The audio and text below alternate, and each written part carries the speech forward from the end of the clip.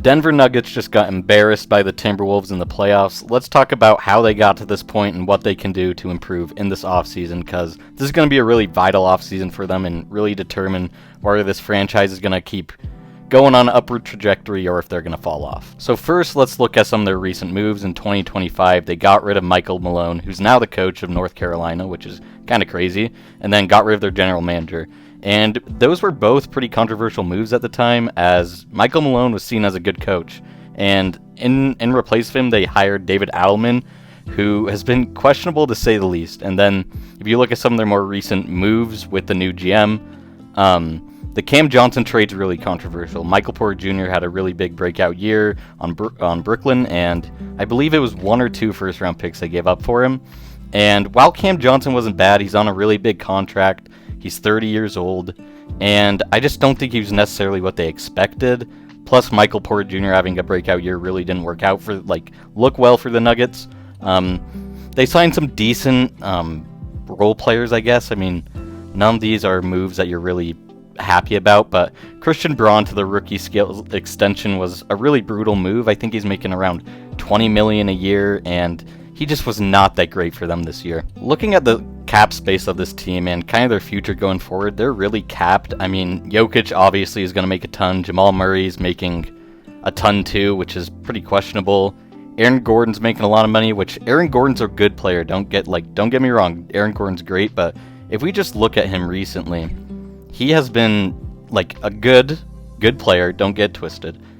But man, the injuries have just killed him, and he's pushing, that time where it's is this guy going to be a long-term NBA role player, or is he going to fall off around that 30-year-old mark? And you look at the past 2 years, and he's only played 87 games, which is really alarming because this playoffs he wasn't here, and you're paying this guy $40 million a year, and you don't even know if he's going to stay healthy. Then Cam Johnson, that's not really long-term money. I mean, it's a lot, but after next season, it's gone. Then other than that, the Christian Braun contract, man, it's tough. I mean, you look at how Christian Braun was this year, and I get he's a good defender, and for where he was drafted, he was good value. But he shot 30% from 3 this year.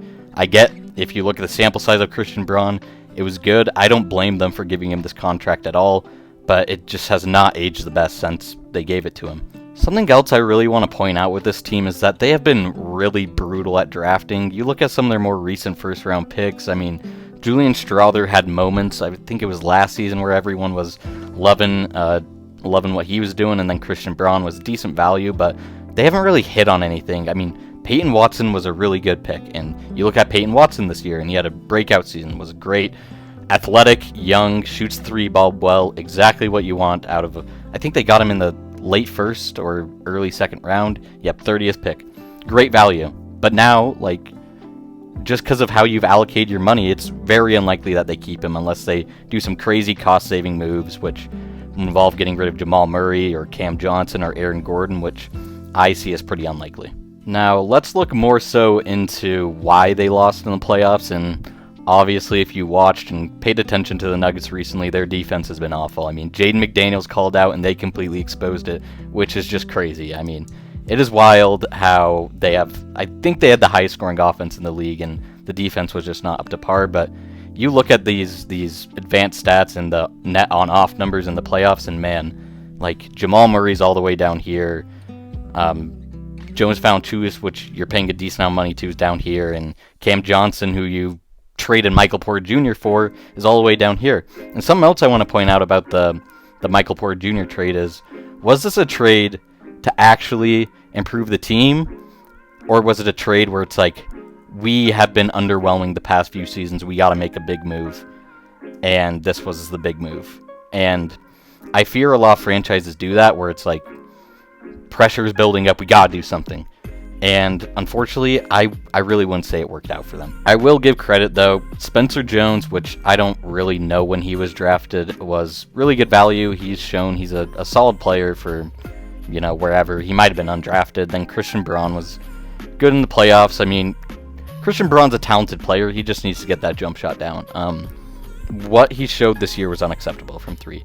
And then, obviously, Aaron Gordon getting hurt didn't help. And then Peyton Watson not playing was just brutal, because if you look at Peyton Watson this year, just in the regular season, he was a net positive player. And pulling up the net and advanced numbers during the regular season, there's pretty obvious things. Jokić was good, Aaron Gordon was good, Cam Johnson was a little higher than I expected, but you look here and for being an all-star, Jamal Murray they were not that significantly better with him on the floor. I mean, like, with the amount of money he's getting paid, it's just kind of scary. So if I were the Nuggets, what would I do? And first of all, I hate to say this, just not praying, but trying to get a man fired. I don't think David Alman's the right man for the job. I think the amount of talent on this roster, losing in the first round to a Minnesota team that was hurt and, quite frankly, not as talented as them, just straight up, that can't happen.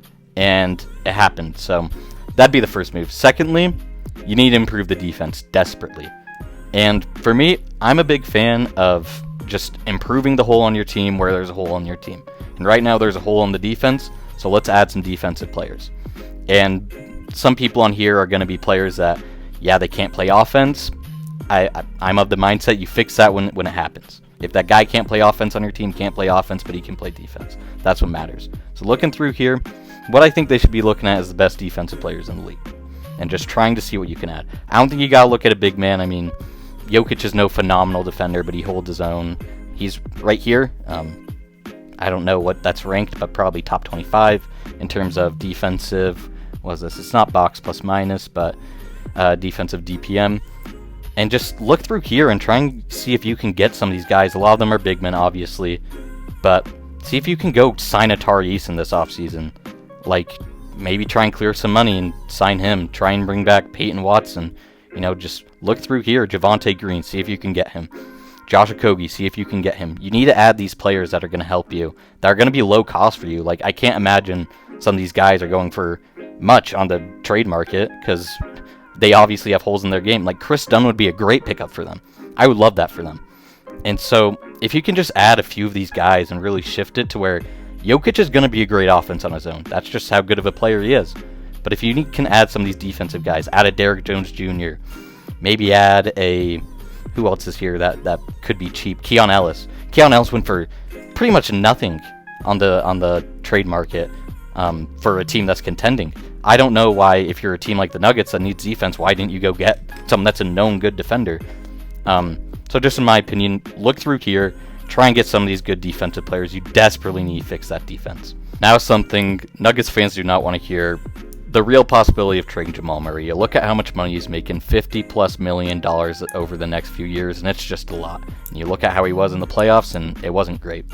So just looking at Jamal Murray trades, it's hard to find specific teams because you look at how the NBA is right now, there's a lot of scoring guards that are good.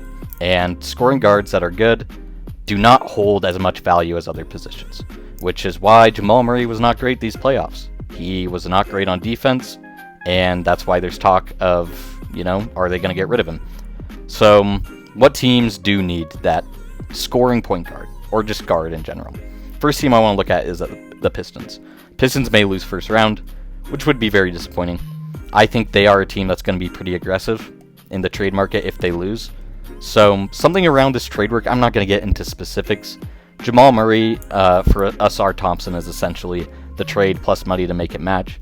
I don't know what the pick situation would be. I know Denver, I think they have all of their first round picks except for, they got most of their first round picks, so they could make a move if they wanted.